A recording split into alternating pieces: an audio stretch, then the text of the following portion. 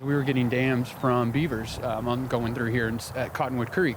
This dam caused problems upstream, so a city crew got busy with a DIY project. The neat part of the beaver deceiver, it doesn't harm them, and then they'll go someplace else to build their dams. We would come out here to clean this site because the water was backed up, and when we found out that it was debris piled up over here, the crew removed it, and then the debris magically reappeared the next day. That pile of debris ended up being a beaver dam.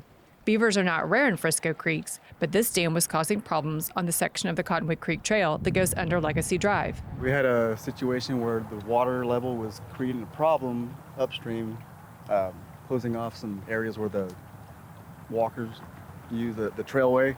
Public Works Stormwater Division monitors water levels remotely and noticed the activity. We actually have a storm gauge upstream, and what we were witnessing was the level of the stream gauges were staying flat throughout the time. And then at times when the beavers would come to install their dams, we were obviously remotely witnessing the levels increase over time.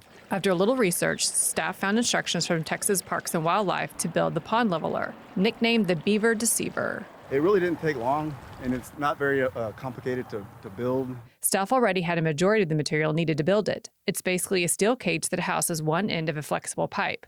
Water is then able to flow through the pipe.